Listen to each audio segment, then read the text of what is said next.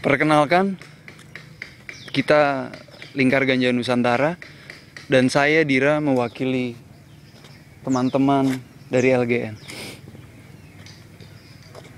Saudara-saudara akan segera melihat testimoni pertama pengguna ganja di Indonesia.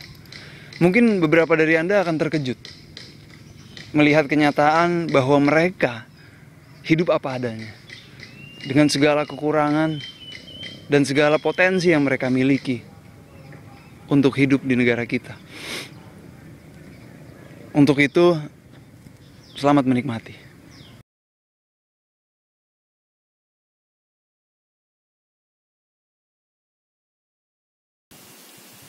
Profesi saya, Om ini sampai hari ini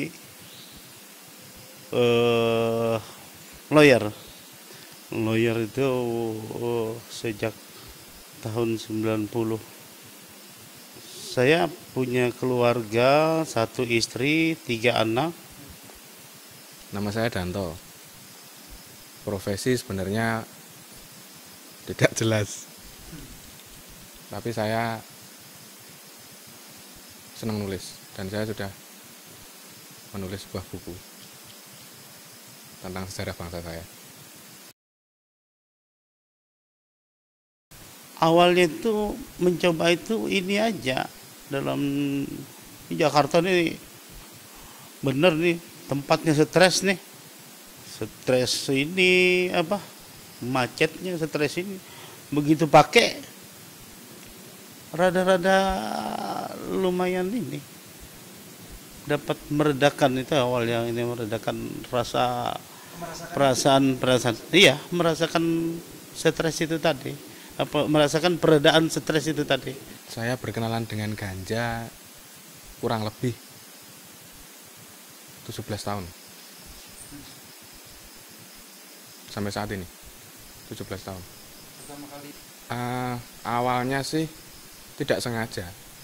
Karena pada waktu itu 96 seingat saya, Jogja itu sangat gampang.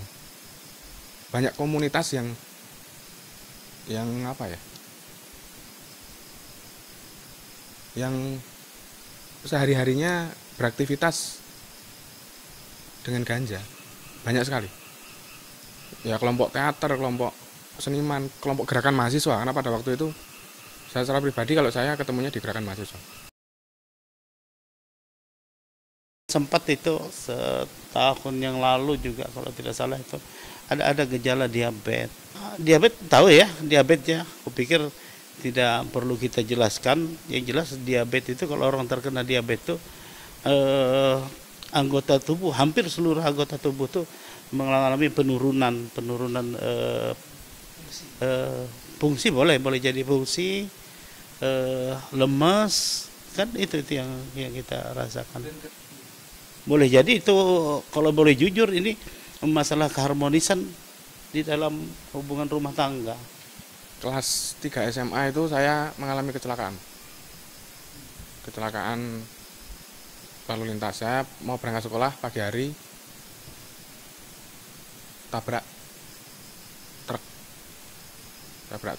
Terus beberapa saat koma di rumah sakit PKU Muhammadiyah Yogyakarta.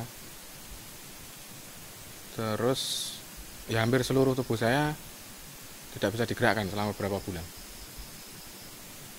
Nah, tangan kaki, dua kaki, kemudian tangan kiri sudah lumayan itu, tapi tangan kanan tetap nggak bisa dipakai. Analisanya dokter, ini saraf motorik dan sensoriknya entah kejepit entah putus, nggak jelas. Secara medis tidak jelas statusnya apa, tapi akibatnya dari ketidakjelasan kondisi medis itu yang saya rasakan rasa nyeri hampir setiap hari. Saat ini saya menggunakan ganja yang pertama untuk keperluan peredaan rasa nyeri, yang paling pokok itu. Jadi kalau secara medis saya ini dikategorikan sebagai penderita nyeri neuropatik kronis. Kalau saya berharap, yang saya harapkan ini nih, kita jangan melihat ini secara hukum semata-mata aja yang sudah ada. Ya katakanlah begitu kena unsur lo harus penjara lo. Lihat secara objektif.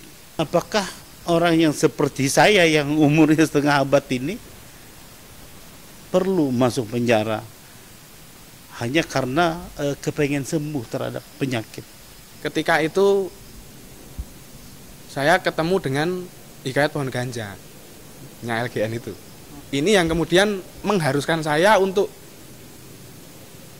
bicara bahwa warga negara yang membutuhkan ganja untuk kesehatannya itu tidak boleh diperlakukan seperti kriminal gitu. Harus diberi pemahaman atau diberi ruang pemahaman dalam hukum. Di zaman yang kita hidupi saat ini kita ternyata menjadi saksi sebuah negara itu punya kebijakan yang memberikan predikat kriminal yang tidak perlu kepada warga negaranya sendiri. Sebagai warga negara kita berhak bertanya kepada para pembuat kebijakan, apakah orang-orang yang membutuhkan ganja medis seperti saya itu harus dipenjara dan menyandang predikat kriminal. Apakah mereka yang menggunakan ganja medis untuk kesehatan dirinya pantas mendekap di dalam penjara? Dan kenyataannya belum pernah ada satupun riset ilmiah di Indonesia tentang tanaman ganja dan potensi kesehatan. Lalu mengapa undang-undang mengkategorisasikan dia sebagai tanaman yang tidak memiliki potensi medis? Padahal kita baru melihat kenyataan yang sesungguhnya. Dan jika Anda mendukung riset ganja pertama di Indonesia, Anda tinggal mengklik link di bawah ini untuk ikut berjuang bersama kita.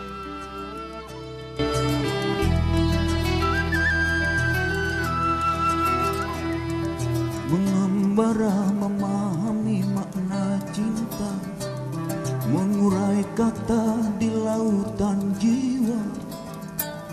Di hadapanmu aku tak bisa berdusta. Mencintaimu adalah mencintai